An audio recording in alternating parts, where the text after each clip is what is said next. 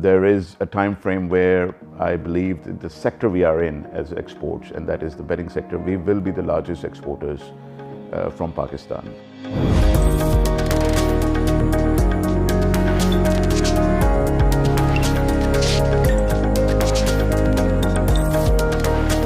The negativity about me is that I'm over-optimist. So that is an issue. मुझे हमेशा ये नज़र आ रहा होता है कि things are good. There's always a potential in things. It's how and who I am. I was born in Karachi. Catholic school, St. Patrick's. I was not into studying at all. We came from a business background. I knew exactly, what my future is going to be.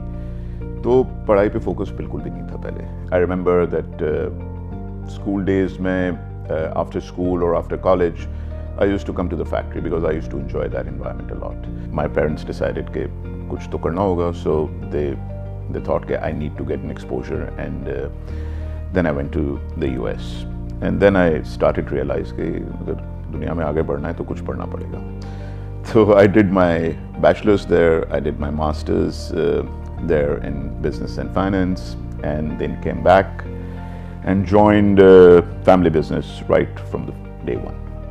We have this rule that we start from scratch. I have worked inside the factory for 18-19 years. My grandfather's name is Karim, so Kar comes from that. Amna is my grandmother's name, it makes it Kar. My ancestors or my grandfather, they moved from Gujarat to Karachi at the time of partition, and we started in two businesses, soft drink business and textile business right after that. So we started with textile business in 1951. 1985 we split, and then my father and his brothers, we bought Adamji Industries, which is now called Karam Textile Mills. We had a very slow and a humble start again. So what we did, we bought a small factory inside, and we had no exports. So one of my cousins decided that we need to have exports, and so we had, I remember that from college I used to go to the factory. We didn't know how to do exports. वहाँ पे हम सिर्फ processing करते थे fabric की. We didn't have any stitching units. We had one agent employed in Holland, and she came down, and then I used to take her around in a very small car which I had to New Karachi and site areas and look for industrial stitching units. और जो बड़े exporters थे, उनकी factories में हम रात को stitch करवाते थे fabric और वापस लेकर आते थे सुबह. So it was interesting, and I was involved from those days. So I understood how business was conducted. It's far more a professional organization from a one-man owner-driven business, what it used to be. Let's say 20 years ago, and this has transformed more so in the last 10 years. When you have a vision, I want to be that size and that, then you have to start having the right professionals, the right systems. You cannot just control the nitty-gritties by yourself. Then you're doing just this much of work and you're not growing. From being owner-driven to a professional, it was a task for me as well. I had to transform myself first for the company's culture to change. I had to read a little bit, I had to attend seminars, and then of course digital learning is the best these days. So I had to buy in first, and that was the most challenging. पहले मेरी belief होगी तो फिर then I can change the company. And some of the professionals as well who were here for a very long time. ये challenges अभी भी आते हैं. You have to keep learning every single day. I've seen some companies which have grown drastically well and have done tremendously well in the last few years. The values are very strong. The values of how they work, the values of how they deal with employees, the value what they promise and deliver, and the values about overall sustainability, which is a key target or key task these days as far as this kind of business is concerned. We actually rolled out our values again about 10 years ago. We call them V8. We have 8 strong values, and all our employees are supposed to know that. So first of all, we deliver what we promise. Honesty is the basic value which we pursue in our company as individuals, as company, as a name, as employees.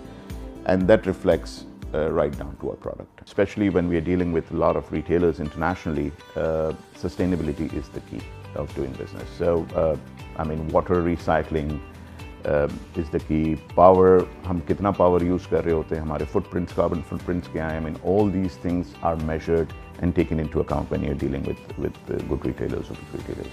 We are registered Fair Trade.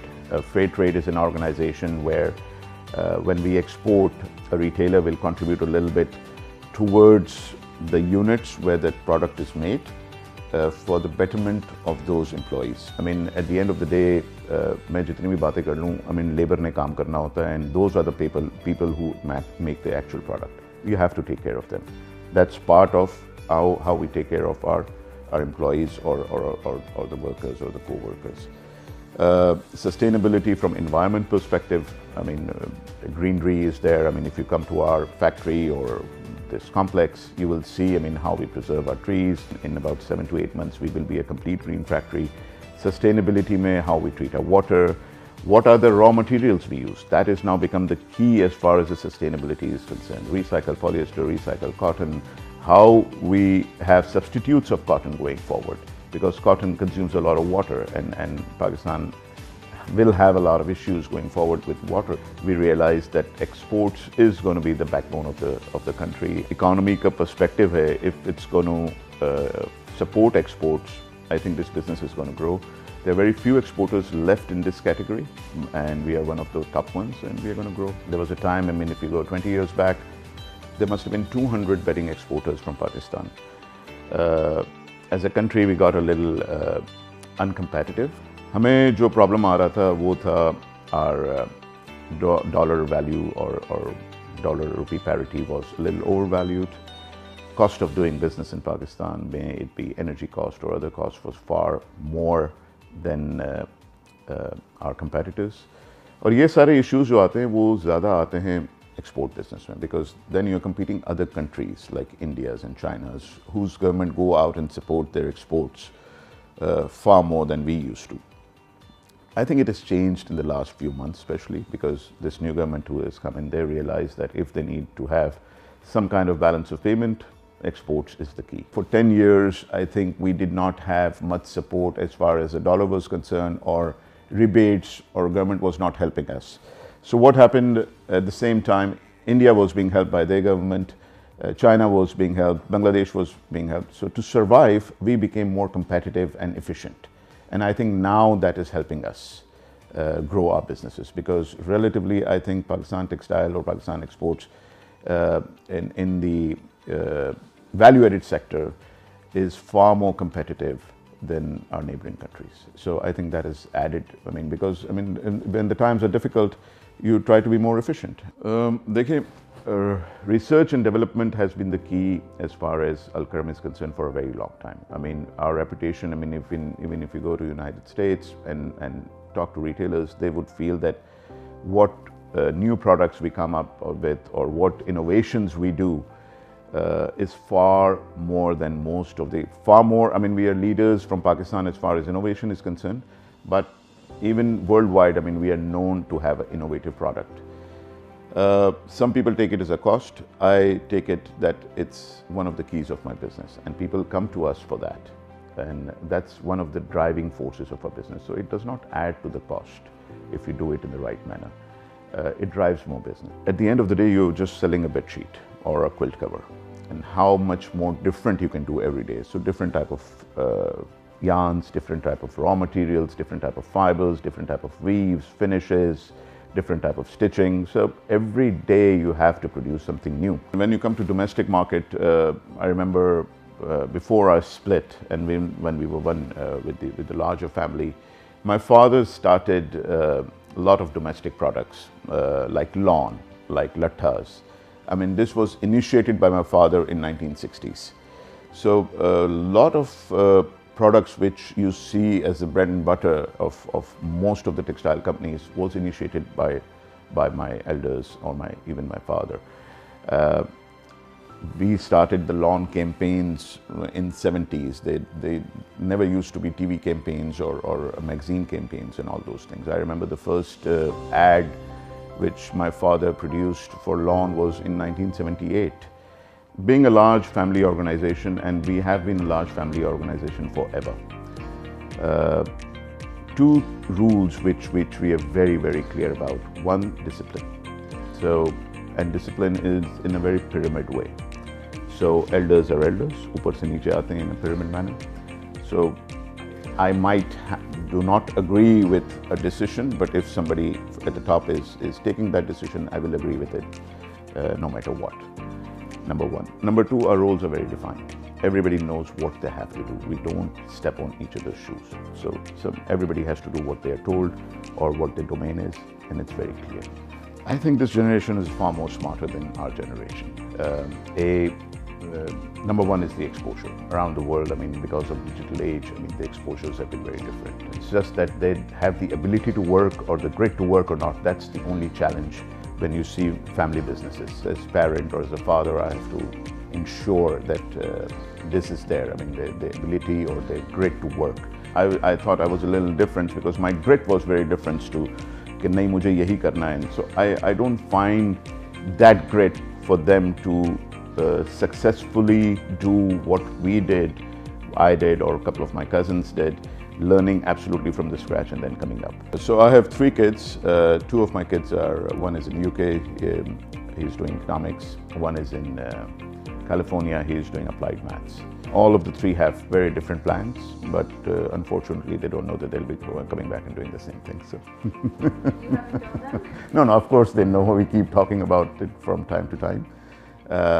And they keep saying, I mean, how boring it's going to be, or how their exposure is very different. I mean, they are not as keen as I was when I was 15 years of age. I mean, they both are in college now, but their exposure is far more than what my exposure was when I was their age.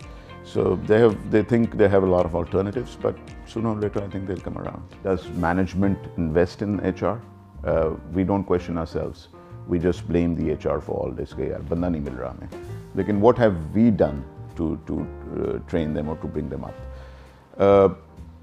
It was a problem with us as well. I mean, if we say about 7-8 years ago, and then we realized that to bring them up, we need to teach them as well. You see, change is something everybody is resistant to, and they resist.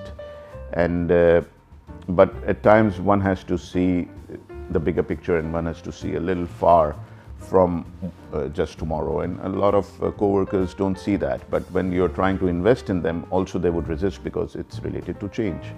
So when HR is trying to do that, they would complain that you've given too many powers to HR and they are trying to do this and do that. But I think when results come in, people do realize that that was the right approach.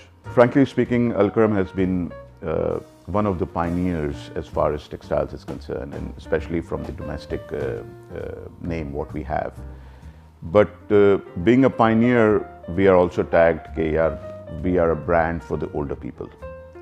But people don't realize how over time we have changed, how our product has changed, and how we address the needs for today's buyer or the millennials or age bracket between 16 and 30.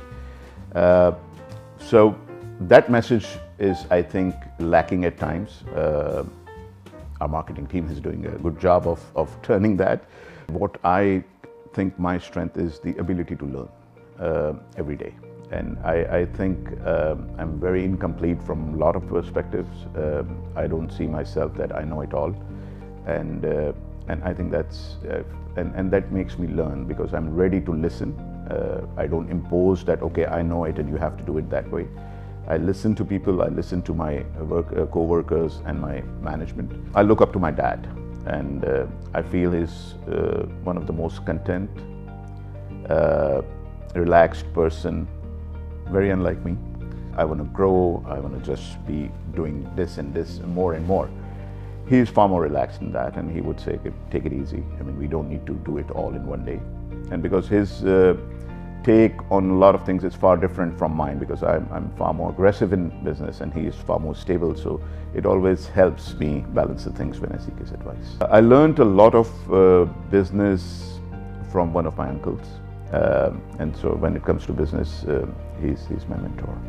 What we need to do as business people, we have to sell our country. We don't have to sell our product.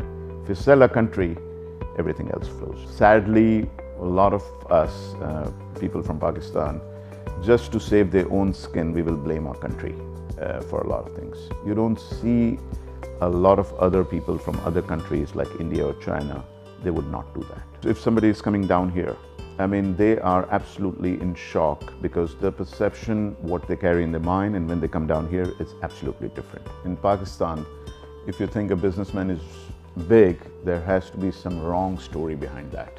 I think that mindset has to change. There are some very good businessmen in Pakistan who have come to this stage by doing hard work all their lives, and they have grown big. This is not the case if we look at India more than anywhere. We don't have to go far. I mean, look at the size of the business, the Ambanis and the Birlas. And the bigger the business are, the more opportunities they create for people, and they bring in more revenues for the government as well. There is nothing wrong to be big. Pakistan में अभी भी ये mindset है कि, I mean, if the business is really large, and sadly it's not because of the wrong reasons, because there had been some corrupt business practices in the past which has led to that mindset as well. As far as this country is concerned, I think potentials are endless, and for some reason, I mean, a lot of people think, and I mean, I keep talking to all the business leaders around, and they feel that this business is far more competitive and there isn't much in it. But I'm still very excited about this business, and I think there is so much to grow and so much more to do, and day to day it excites me, and this is what keeps me going.